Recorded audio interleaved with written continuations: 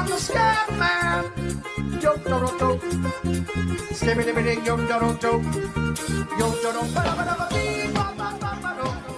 Ba, ba, ba, ba, do. Wee, ba, ba, ba, ba. Gotta wait for that music to close down. Welcome to NHL Puck Props presented by Bet99. Josh Ingles, Carlo Koliakovo. Today, 5-game slate. What you can expect from us. A little talk about hockey, our best bets for the day, what I expect from you guys there in the chat. Hit that like, hit that subscribe. Let us know you're there. Carlo, happy Wednesday, pal. You too, buddy. Did you watch the whole Leafs game? I Be didn't honest. watch it with full attention, Okay. but I did watch it with my side eye, yes, because I was doing the Habs and Senators game yesterday. Yep. So when I'm in studio, I've got my game that I have to analyze on the big screen, and then there's a tower of games, and the Leaf game was on one of those games. So yes, Awesome. I Good did to watch see. as much as I could. Good to see the pumpers pumping it up there in the chat. Hit that like button. I'm not going to lie, like watching the Leafs isn't as exciting anymore as it once used to be. Well, But it's looking at- exciting. It's exciting because you're watching for something different to happen. Yeah. You know what I Right. watched instead? Like I was score watching. You know what I watched instead? Nicolas Cage and The Rock. That's the movie The Rock with Sean Connery. That's what I was watching instead of the Leafs game. What's Watching Sean Connery's famous line in that movie? Oh, Prom Queens. That one? Something about No, he does it in winners a voice. go home and do something with the prom queen. And then Nick Cage Maybe. goes, Carla was the prom queen. Oh, what a great movie. But hey, Yeah, Leafs great are flick. surging. And producer Chris, throw it up. Stage 1 of Uncle Carlos questions. Look at that handsome okay, man. Look at that. Question 1. All of a sudden, buddy, Florida's in the bottom of the East. Crazy. Plus 130 not to make the playoffs. What's your take on the flip-flop between what's happening at the bottom of the Eastern Conference standings?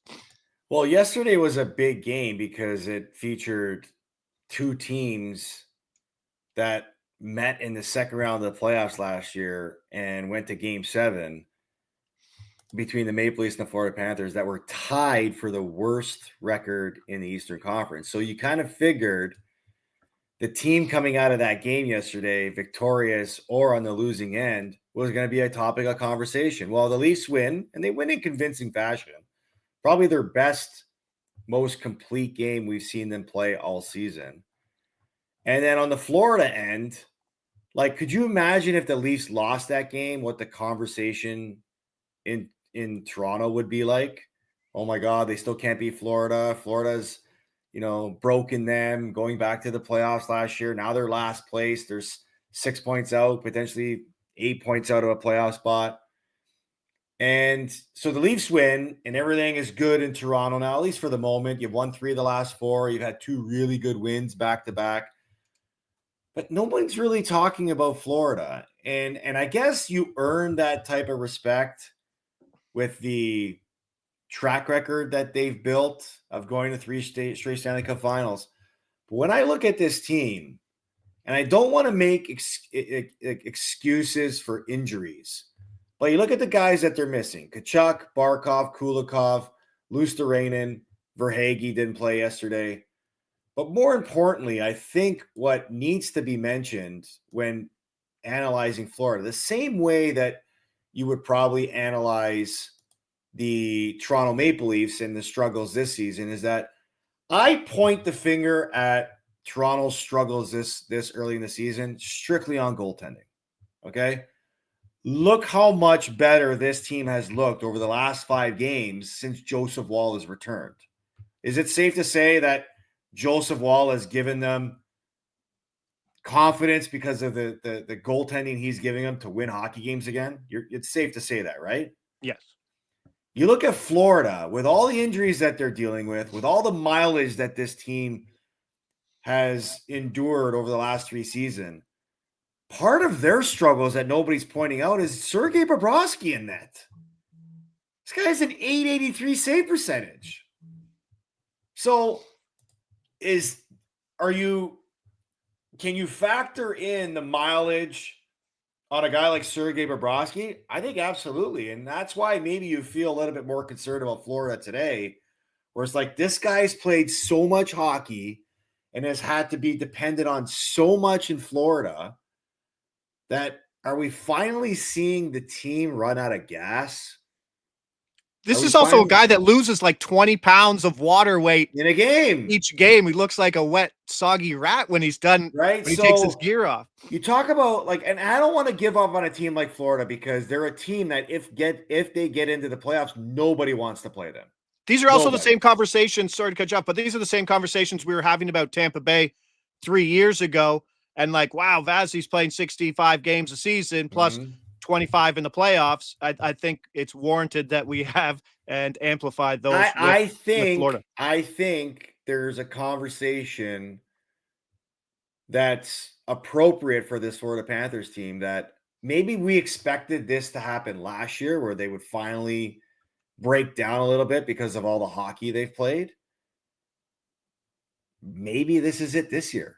I mean, look at all the guys they're missing, and who knows when Kachuk's coming back? Who knows when Barkov's coming back? But normally, if you're going to survive through a stretch of injuries, you need your goaltending to carry the way, and they haven't been getting that. Oh, I like it. No, so I think there's good value on the playoffs. Toronto 4 points out behind a team in Philadelphia who just lost Tyson Forrester, and that's a play you'd never non-contact shooting injury, not good from him. And then Pittsburgh on the other side, both at 31 points. So lots of room to gain, especially with teams like, I don't know, the Rangers question marks, Boston still probably playing above expectation, but Jeremy Swayman playing well. Montreal, you've seen them. They can't kind of get their heads above water right now. Oh, let's go. We go to the first game. Nice 5-game slate. We always mention how much we love slates of 5 games, and that's today. As I try to bring up there, she blows. I do like some stuff today, so let's get to it. We start. I love that you like stuff today. I do, and I think there's some good points. Winnipeg. We'll get to the Dallas game. Dallas, New Jersey first. New Jersey even money, which Dallas even money. New Jersey minus 120. Over. I'm sitting at 6. That's where we are. We're on the over 6 here, minus 105. Dallas lost 3-2 overtime to Rangers last night with Casey DeSmith in net as Ottinger was dealing with a quote unquote stomach bug. So we'll see how that goes on the second of a back-to-back. Tyler Seguin was lost in that game. I think he played 1 minute, which is a big blow to top 6. But I was listening to you while driving to Orangeville on Tuesday talking about how sad the Brendan Dillon 1,000 game thing was. So he's a giant question mark today as well, correct? Who is? Sorry? Brendan Dillon. Well, I mean, I was actually surprised that Brendan Dillon came back in that game. Back in the game. Like, that's the scary part. You saw the same thing I did. The guy got knocked out either with the punch or his head hitting the ice. You don't get up being carried off like that with, Bambi legs is what it looked like he had, without any thought that the guy probably got his bell rung a little bit. And he returned. I couldn't believe he returned in that game. Didn't spot it.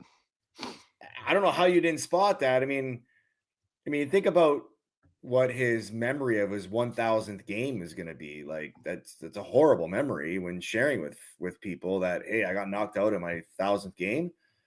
But I mean, all signs. The guy came back and played, and they're saying he's okay. And Sheldon Keefe was pumping his tires about how gritty of a person and player this guy is. Ooh. I mean, I'd expect him to play. I don't know. I'd be surprised if he didn't. To me, that doesn't scream grittiness, right? Like, no. Paul Mary screams grittiness on one leg.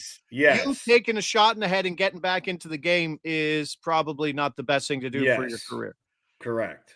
Yeah, but we're going over here. This is a game, and the boys are pointing out in the chat, and I have it in my notes here. Since Hughes has been out 9 games, Meyer Heischer have 12 of the team's 24 goals, and the trio, including Jesper Bratt, have 31 points, 50% of all the New Jersey offense.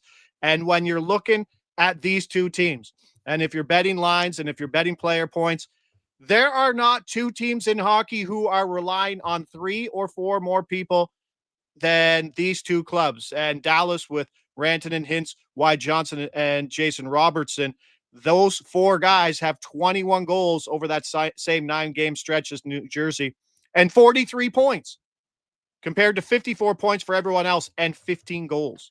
So these guys have been heavy. Looking at the blue line, Harley's out, Bichel's out, Lundqvist is out on the blue line in Dallas.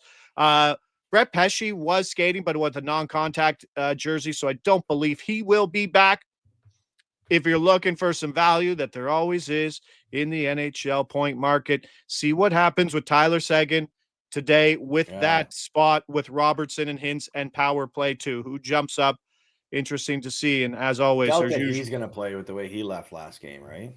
No, he played a minute 12. There's that one's done, especially on the back-to-back save him. And that's so bad. We were talking about his injury history last week on the 15-game slate, and it's sad to see that situation get into a game where, Winnipeg, Montreal, pretty much a pick 'em here, over under at 6. I do like this over. Suzuki, Caulfield, Bolduc stacked, plus 260 point each. Going a little crazy here on a stack that hasn't hit probably since Utah. Early November in the Mesnikov, Taves, and Perfetti second line, because we usually don't get those points, but taking a swing here at plus 550.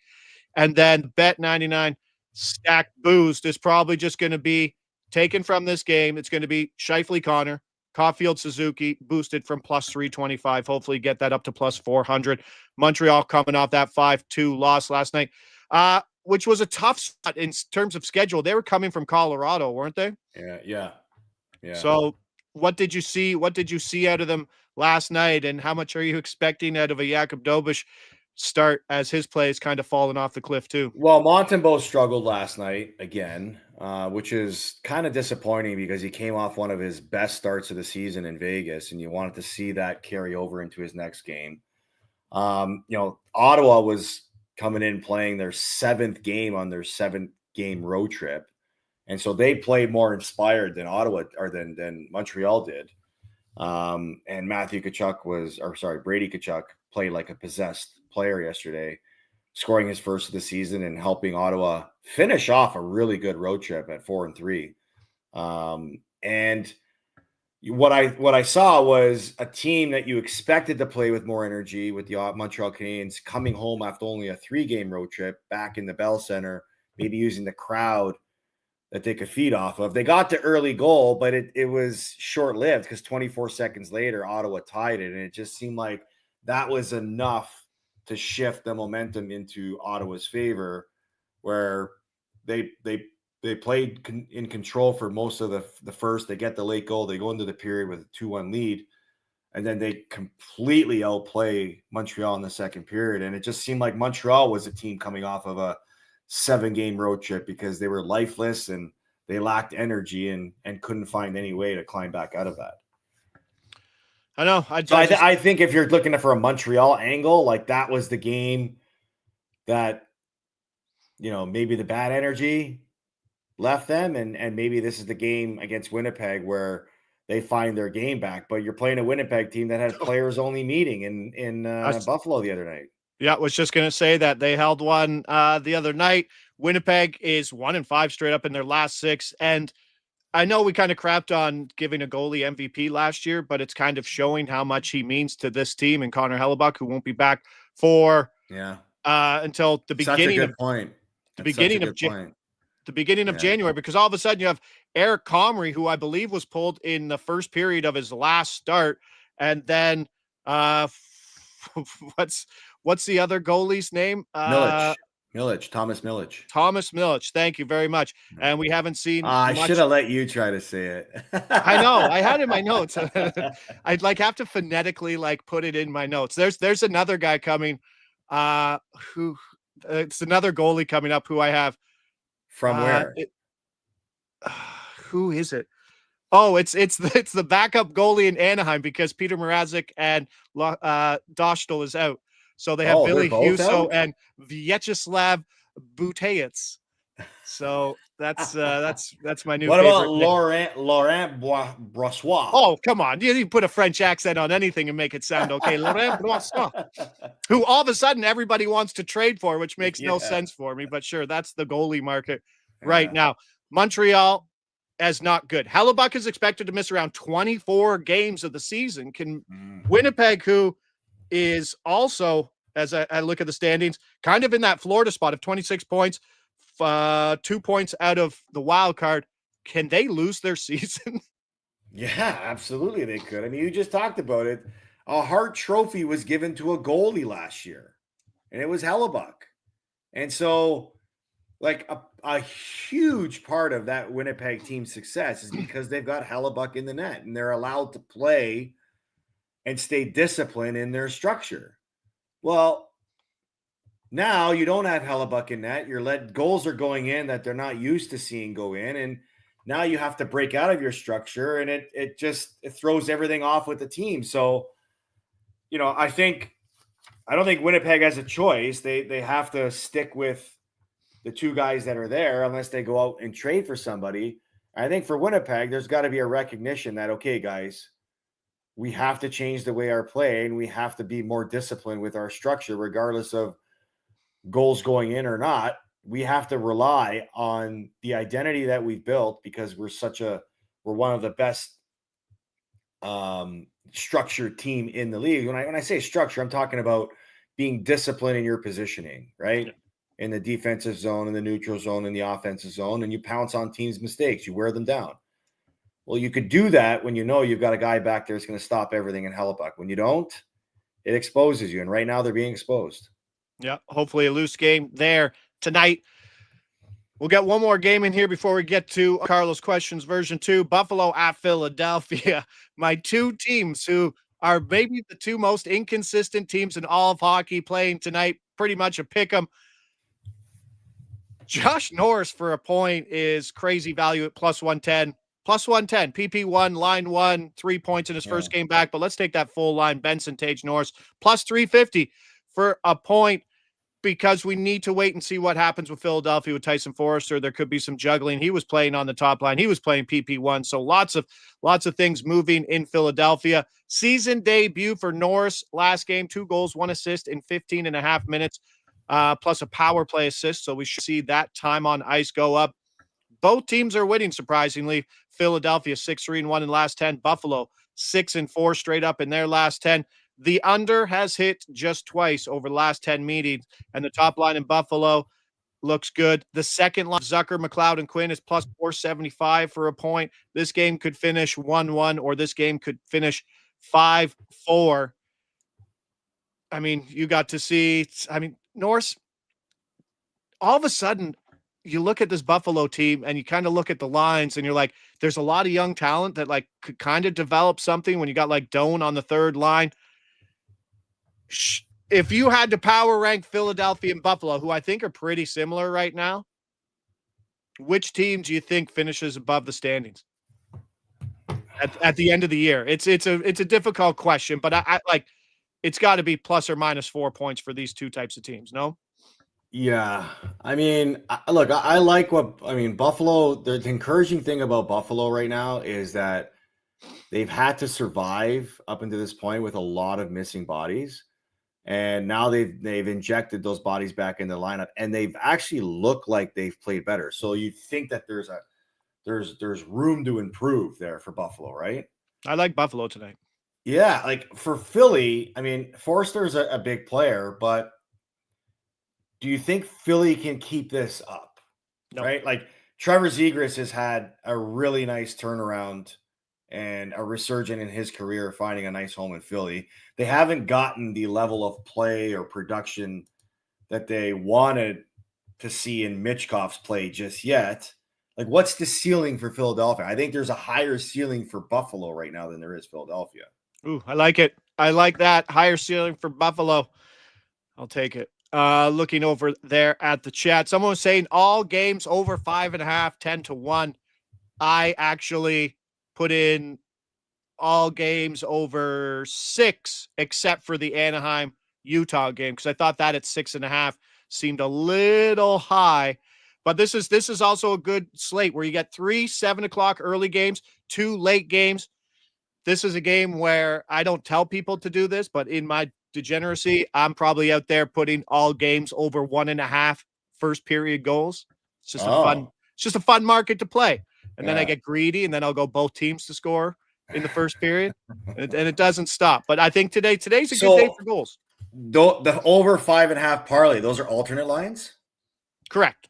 Right. And it pays 10-1? 10-1. On That's a good slate. good. On a very good slate.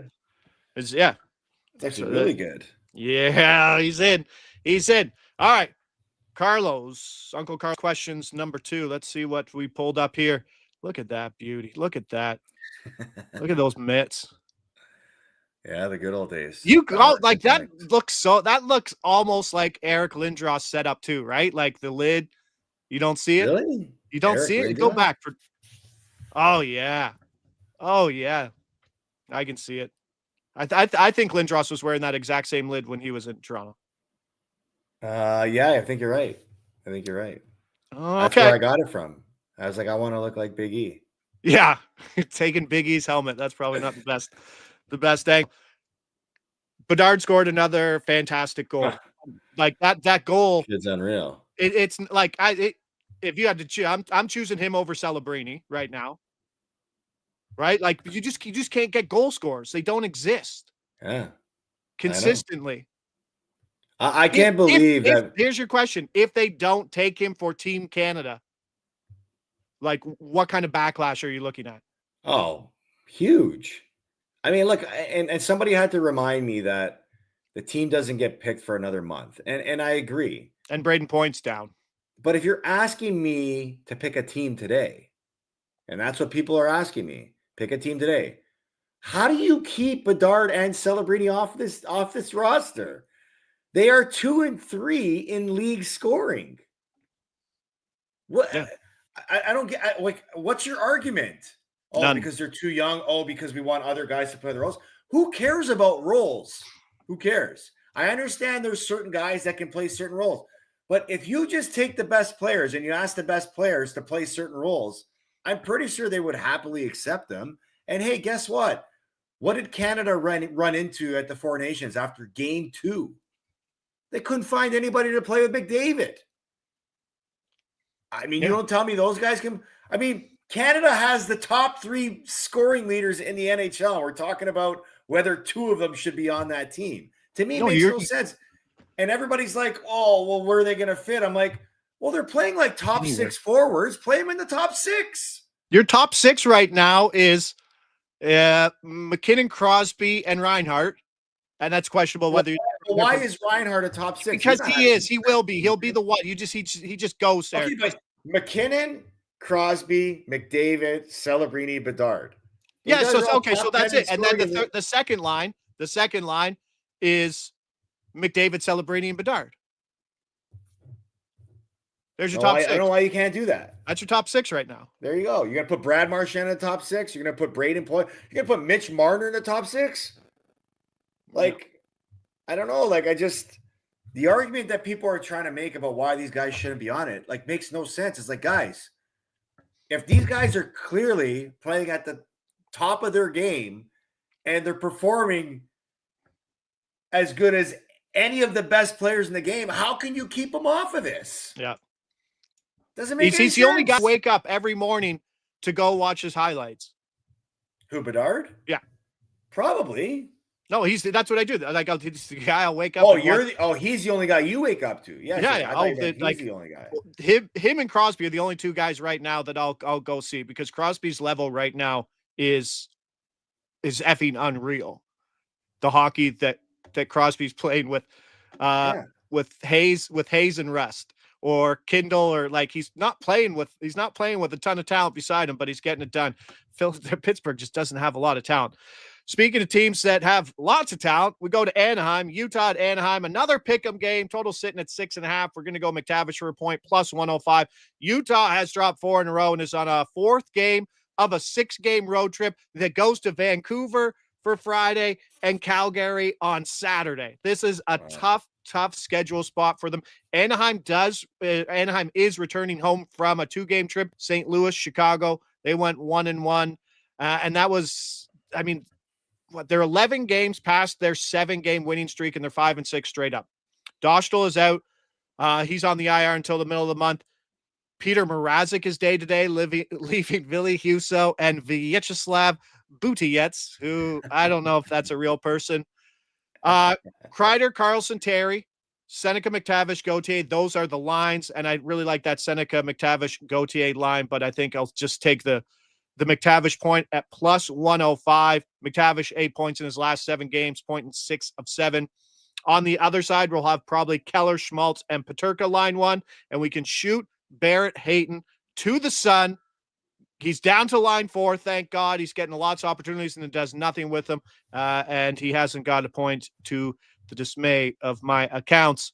And he'll likely be off PP1. Right now they have him on PP1. I doubt he's there. Daniil Butt. I don't know if you're aware of that guy's name. No. Daniilbut. Just a single T. So apparently that's a Russian name because he was born in Russia. 12th overall pick from 2023. He's apparently playing with the Cooley Gunther line today. So we'll see what happens Utah. All right. with that power play 1. Change of things here as things get a little heavier. And it is worth noting, Clayton Keller lost his dad during this road trip. Like, how heavy is that? St. Louis had an absolutely beautiful tribute to it. But have you ever been in a locker room where something like this has happened, where hopefully the team can rally around it, but like being on the road on a 6-game road trip is probably not helping. So hats off to Utah and the organization and to the Keller family, but this can't be an easy spot for any professional athlete. No, absolutely not. I mean, I went through it firsthand last year, losing my dad suddenly, and I saw how much it impacted me and my family in the moment. I can't imagine, playing the game of hockey or playing a sport and having to deal with this type of tragedy. And look, there's probably a lot of players on that team that, had run-ins and feel like they're close to Keller and the dad too. So it probably doesn't hit them as hard, but it definitely hits them emotionally. It's a friend, it's a member of your family that you care about and that is dealing with some grief. And for sure, it can affect people around the player and in the organization.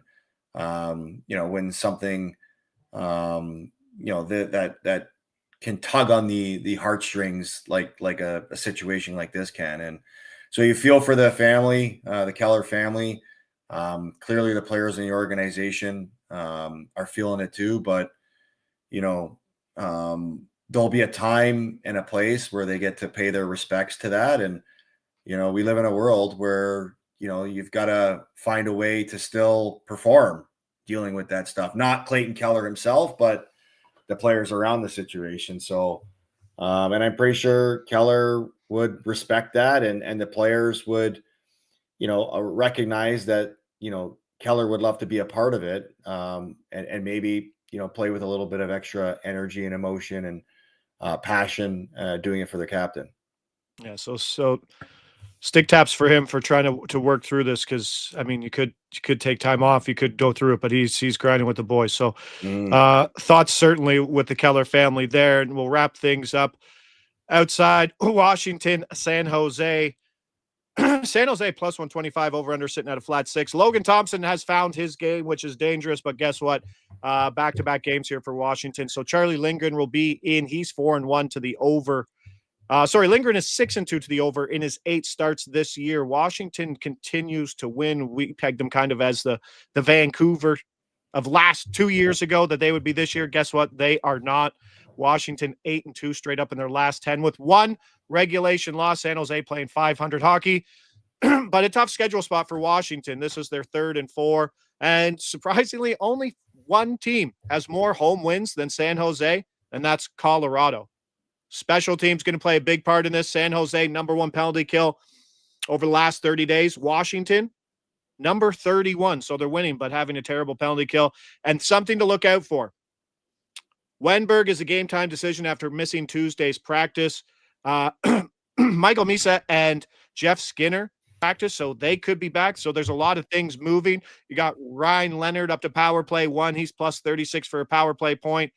And that's kind of what I got for the slate here today. I don't have a play in that game. I want to see what happens with San Jose. But outside of that, I do like goals today, Carlo. I do like the early slates. I do like some line prices here. And I think we overvalue the power play correlation a little too much. So I want to see Bolduc. And I think the game to look at for goals, I think that I'm targeting is Winnipeg and Montreal. And last Carlo thought, let's see, we'll bring up one more picture and let's get out of here. Hey, same picture. Oh, producer Chris. Oh, all good. I thought we'd get another chance to break down your gear.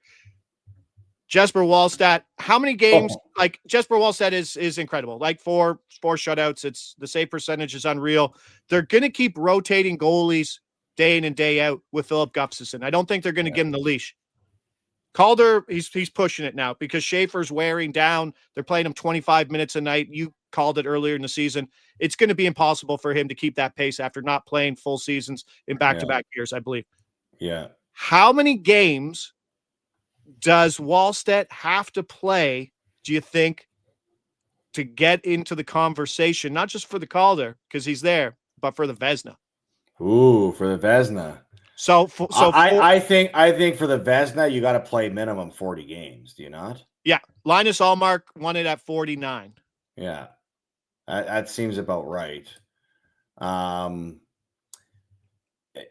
Just this kid has been a season saver for the Minnesota Wild because they were struggling coming out of the gates, and it was Gustafsson mostly the guy who was struggling, and then he comes in and he's provided a huge boost and a huge breath of fresh air, and the guy's unbeatable. Just shut out Connor McDavid. 4 shutouts in his last 6 games. He's 8-0 in the season. He's got a 174 goals against average and a 944 save percentage. So, like, Gustafsson is 7-3. He's got 10 games in. Yeah. They got about 52 games left. I think, the thing with Wallstedt is you got to remember he's still a rookie, so you don't want to overwork him. Yeah. I think, the shutouts are going to earn him more starts, but if you can get a tandem goaltending that's pushing each other to be at the top of their game, it's probably the best solution you could ask for if you're Minnesota, right? Peter Jennings Award doesn't win me my Vezina tickets, though. So here's the way I would do it if you're Minnesota is you tell both guys, say, look, you're both worthy of earning the net and being the guy, but here's how we're going to do it. We're going to go 40-40. And so, which means we're going to continue to split you guys. And then based on your play with 30 games left, we're going to give the extra 20% of those games to the guy that deserves it the most. Okay. You keep everybody fresh. We need Wallstedt to get to 40 games. That's the key point. Well, if he plays 35 and he's got an under 2 save percentage and he's Vezina Calder last week, I put it out $10 for 10,000 for Wallstedt. Oh, Wally balls, yeah, bud. Wow. If he keeps this up, it's hard to create an argument against it. And I've already realized if I get payouts, if I get decent cash outs before I go to any stupid NHL votes, I'm taking them because I'm not getting burned by NHL writers ever again. Or as you should. Good for you. Take it out because I make one of those bets every day. All right. Habs Relic did say try playing hockey when your sister gets abducted. I'm friends with Brian Bellows. His sister was abducted by a serial killer in St. Catharines when he was playing for Minnesota. Did you know about that? Who's this? Brian Bellows. No, I had no idea. What? Yeah, that's crazy. I had no idea. I'll look into that. That's a hell of a story. You learn something new every day. There you go. Yeah, stay away from St. Catharines. That's what we learned today. All right, Wednesdays in the books. I appreciate everybody there. Lots touched on outside of just the picks. Lots of stuff to chew on. If you can't follow the picks, then just come for the information. Learn some things. Don't forget to hit that like, subscribe button on the way out. I will post the picks down there at the bottom and the tag YouTube video. Josh Ingles, Carlo Koliakovo. Back Thursday. Ugh, big slate. Yuck. And then Friday, we'll see how things go. But let's leave it at that. Puck Props presented by Bet99. We'll see you tomorrow, 10 o'clock. Ciao. Skibbity-bitty, yo-do-do-do. Yo-do-do, ba-da-ba-da-ba-bee, ba-ba-ba-ba-do.